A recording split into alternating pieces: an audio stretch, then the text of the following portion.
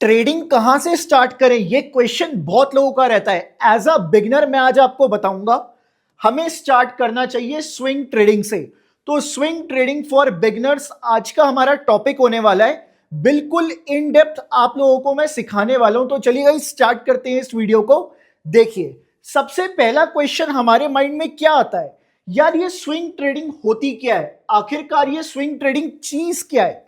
देखिएगा, इस swing trading एक ऐसी ट्रेडिंग पोजीशन होती है जहां पे हम लोग एंट्री तो आज करते हैं, हमने आज एंट्री कर ली, चाहे बाय कर दिया या फिर सेल कर दिया, बट जो हमारा एग्जिट होता है ना, वो कुछ डेज से कुछ वीक्स के बीच में हो सकता है। तो इसका मतलब है स्विंग ट्रेडिंग।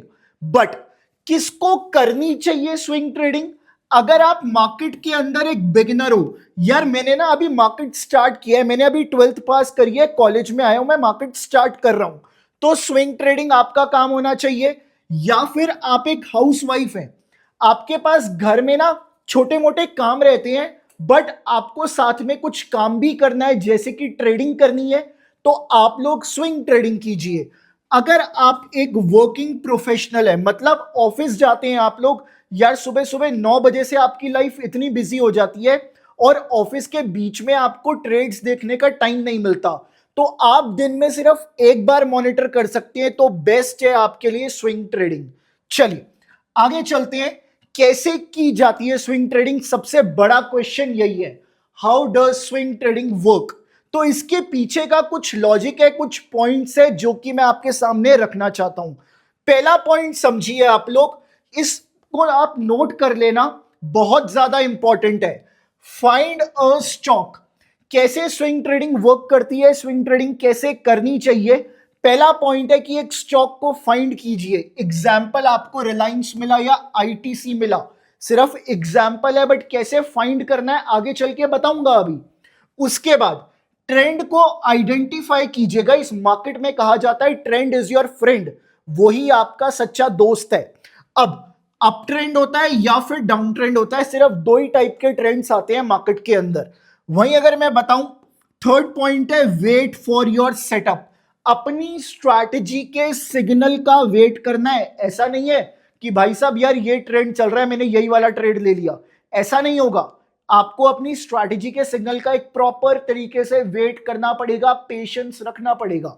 अब enter with stop loss and target. तो आप अपने स्टॉप लॉस और टारगेट के साथ ही एंटर करेंगे, विदाउट इसके एंट्री बैन होनी चाहिए। चलिए चलते हैं आगे, बात करते हैं नेक्स्ट पॉइंट के बारे में। नेक्स्ट पॉइंट कहता है हाउ टू सेलेक्ट स्टॉक्स। देखिएगा, इस बहुत इंपॉर्टेंट फैक्टर बनता है कि स्टॉक्स को कैसे सेलेक्ट किया जाए। इसके लिए ना हम लोग एक स्क्रीनर भी बनाएंगे। ये स्क्रीनर कहां पे बनाएंगे, एक वेबसाइट है, क्या है वेबसाइट, चार्ट इंक। तो चलिए गाइस, अभी हम लोग चार्टिंग को ओपन करते हैं। मैंने यहां पे पहले से ही ओपन किया हुआ है चार्टिंग की वेबसाइट को। आप लोग भी इस वेबसाइट को ओपन करके स्क्रीन पे क्लिक करके क्रिएट स्कैन पे आ सकते हैं। तो यहां पे आपके पास एक स्कैन बनाने का ऑप्शन आ जाएगा। तो चलिए अभी हम लोग इस पे क्रिएट करके क्रिएट योर ओन स्कैन कर लेते हैं। अब हम अपना खुद का स्कैन बनाएंगे। यहां पे ये हमें स्टॉक्स को फिल्टर आउट करके दे देगा, ताकि आपको अपनी तरफ से एक एक स्टॉक को जाके चेक ना करना पड़े। चलिए तो अभी हम लोग यहां पे चेक करते हैं कि पहला पैरामीटर क्या है, that is very very important, it is liquidity. उस स्टॉक के अंदर लिक्विडिटी होनी चाहिए, मतलब बायर के लिए सेलर हो और सेलर के लिए बायर हो, हर एक टिक प्राइस के ऊपर। That is very very important. इसके लिए एक छोटा सा क्राइटेरिया आप रख सकते हो, उन स्टॉक्स को पिक कीजिए जिसकी मार्केट कैप 1000 करोड़ से ज्यादा है। तो एक काम करते हैं, उन स्टॉक्स को पिक करते हैं जिनकी मार्केट कैप 1000 करोड़ से ज्यादा है। तो यहां पे मैं कैसे डालूंगा, मैं प्लस पे ऐड करूंगा और सिंपली यहां पे डाल दूंगा मार्केट कैप। ओके, सो मैं यहां पे डाल दूंगा मार्केट कैपिटलाइजेशन। इसको थोड़ा सा साइड कर लेते हैं ताकि आपको क्लियरली दिख जाए। तो यहां पे मेरे पास आ गया है मार्केट कैप, तो मैं इसको लगा लेता हूं ग्रेटर देन। ठीक है, अब मेरे को चूज करना पड़ेगा ग्रेटर देन नंबर। नंबर कौन सा, ये अपने आप ही आपको सीआरस में लेके देगा। नंबर होना चाहिए आपका 1000। ओके, सो मैंने अपनी पहली कंडीशन तो डाल दी है। अगर आप चाहो यार मेरे को 5,000 करोड़ से ऊपर वाली कैप के स्टॉक्स चाहिए तो आप वो भी ले सकते हो, दैट इज योर चॉइस। चलिए अगला पैरामीटर देखते हैं। अगला पैरामीटर हमें कहता है कि हमें वॉल्यूम चेक करना बहुत ज्यादा जरूरी है। देखिएगा इस अगर हम कोई भी स्टॉक पिक कर रहे हैं ना स्विंग ट्रेडिंग के लिए, उसके अंदर वॉल्यूम का होना बहुत जरूरी है। एकदम से वो मूवमेंट ना दे, बट यस उसने पिछले पास्ट के कुछ दिनों से ज्यादा वॉल्यूम क्रिएट किया हो ताकि उसकी एक बेस बिल्डिंग कंप्लीट हो गई हो। तो गाइस इसका मतलब क्या है, जो आज का डेली वॉल्यूम है ना that should be greater than 3 days का वॉल्यूम। तो गाइस इसको कैसे लगाएंगे, तो चलिए अपने स्क्रीनर पे लगाते हैं, चल के यहां पे लगाएंगे वॉल्यूम। तो सिंपली आप लिख सकते हो वॉल्यूम। अब डेली वॉल्यूम आ चुका है, क्या करोगे ग्रेटर देन, यहां पे भी आप वॉल्यूम लिखोगे, ठीक है, यहां पे भी आप वॉल्यूम लिखोगे। अब सिंपली मैंने इसको एंटर कर दिया। अब ये जो डेली है ना, ठीक है, इसको हम लोग क्या करेंगे, इसको या तो हम लोग वीकली कर सकते हैं, ठीक है, daily volume is greater than weekly volume, almost कहीं ना कहीं 3 दिन के आसपास का वो अपने आप ले लेगा। बट अगर आप अकेले करके पैरामीटर डालने जाओगे ना तो उसमें थोड़ी सी दिक्कत आ सकती है। उसको डालने के लिए कैसे करोगे, यहां पे आप लिखिए, सिंपली आप इसको चेक कीजिए 1 डे अगो, इसको कॉपी करके 1 डे अगो से आप 2 डे अगो कर दो, दोबारा इसको कॉपी कर लो आप लोग और इसको 2 डे अगो से लेके 3 डे अगो कर लो। मतलब जो डेली का वॉल्यूम है वो 1 दिन पहले से ज्यादा बढ़ाओ, 2 दिन पहले से ज्यादा बढ़ाओ और 3 दिन पहले से ज्यादा बढ़ाओ। इस तरीके से भी आप कर सकते हो, that is your choice. Weekly करके भी आप कर सकते हैं इसको। उसके बाद स्कैन को रन कर दीजिए और ये आपके सामने आपके स्टॉक्स निकाल के दे देगा जो कि स्विंग ट्रेडिंग के लिए तैयार बैठे हैं। तो गाइस पहला स्टॉक देखते हैं कि कौन सा आ रहा है हमारे पास। एग्जाम्पल के लिए वंडर इलेक्ट्रिकल्स आ रहा है जिसका सिंबल है WEL। तो ये स्टॉक हमारे लिए अच्छा पिक हो सकता है स्विंग ट्रेडिंग के लिहाज से, बट बाय करना है या सेल करना है that is a different thing. अब गाइस एक कंसेप्ट को जल्दी से आप लोग समझिए।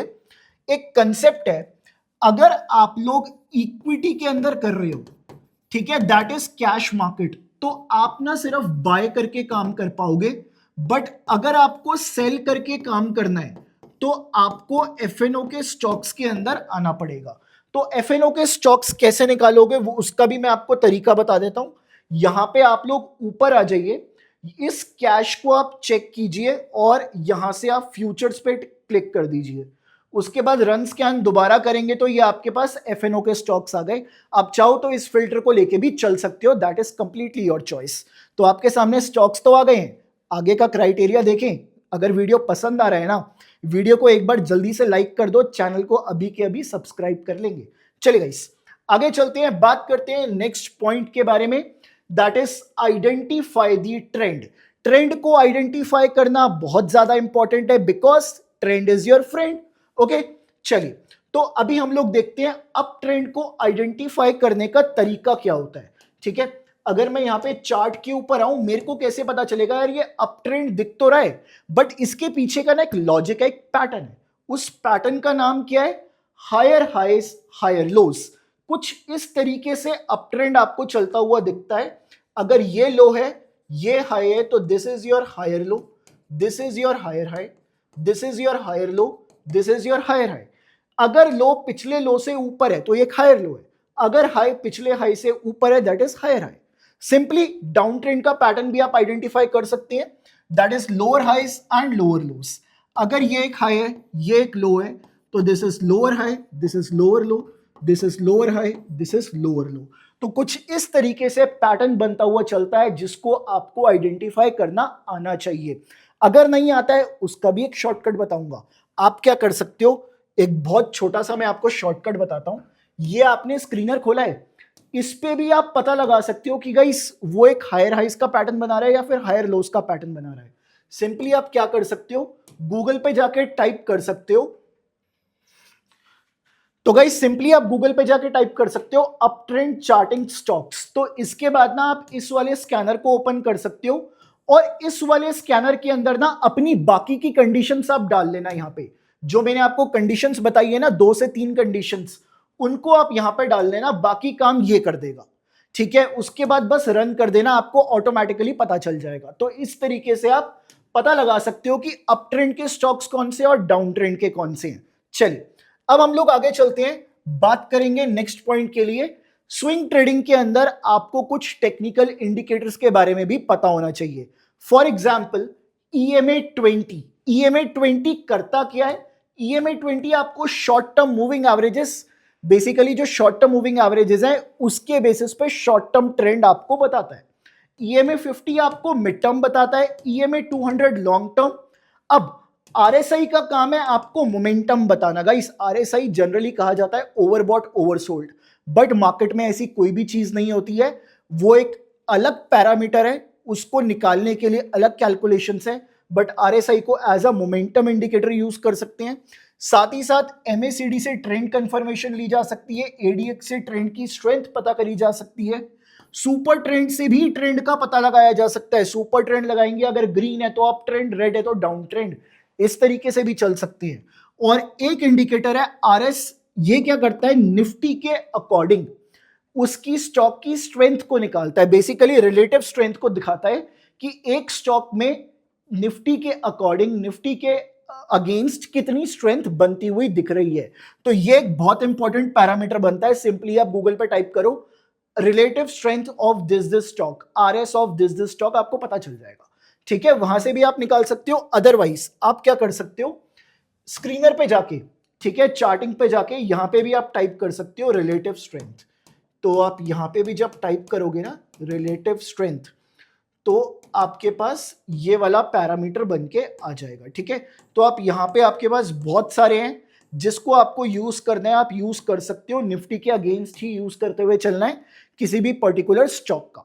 चलिए, तो अब हम लोग आगे चलते हैं और समझते हैं स्विंग ट्रेडिंग के लिए the most important part, that is the position sizing. So guys आपने पोजीशन तो बना ली, बट ये पता होना चाहिए कितनी क्वांटिटी आपको लेनी है। अब इसके लिए डिसाइड कीजिए how much you are willing to loose.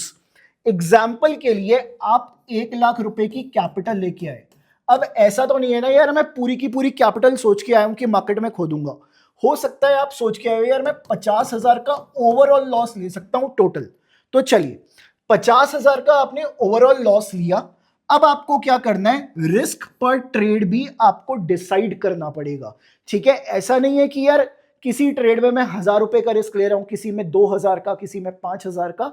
ऐसा मत कीजिए। आप चाहो तो उसको एक फिक्स्ड नंबर ऑफ रिस्क पे डिवाइड कीजिए ताकि आप मैक्सिमम उसका बेनिफिट ले पाए। चलिए मैं एक सिंपल सा फॉर्मूला दे देता हूं, कितनी क्वांटिटी आपको लेनी पड़ेगी। ठीक है, कितनी क्वांटिटी आप मैक्सिमम लेंगे। देखिएगा इस मान के चलते हैं आपने रिस्क पर ट्रेड डिसाइड किया है 10,000 रुपए, सिर्फ एग्जाम्पल के तौर पे 10,000 वैसे बहुत बड़ा अमाउंट है, बट रिस्क पर ट्रेड आपने 10,000 डिफाइन किया हुआ है। तो आप क्या करोगे, 10,000 को डिवाइड करोगे अपने एंट्री माइनस स्टॉप लॉस से। एग्जाम्पल के लिए आपने एंट्री करी 1,000 रुपए पे, स्टॉप लॉस है 990, तो आपका कितना आया डिफरेंस, 10 रुपए। तो जो आपकी मैक्सिमम क्वांटिटी आएगी दैट विल बी 1,000। तो मतलब 1,000 से ज्यादा आप क्वांटिटी नहीं लोगे इस ट्रेड के अंदर। एग्जाम्पल के लिए बस आपको बताया था। अब आप चाहो तो इसको अपनी लाइफ में अपने पास लिख के रख सकते हो और कल से ही अप्लाई करना स्टार्ट कर सकते हो। अगर आपको स्ट्रैटेजीज चाहिए, आप बोलोगे यार मेरे पास तो स्ट्रैटेजी नहीं है, तो गाइज मैंने अपने चैनल के ऊपर बहुत सारी स्ट्रैटेजीज अपलोड करी हैं, ये आपको सारी की सारी सामने दिख रही होंगी। आप जाके किसी भी स्ट्रैटेजी का बेनिफिट ले सकते हैं, चैनल पे ऑलरेडी वीडियो है इसकी। तो गाइस मेरे को कमेंट करके बताना कैसी लगी आपको ये वाली वीडियो।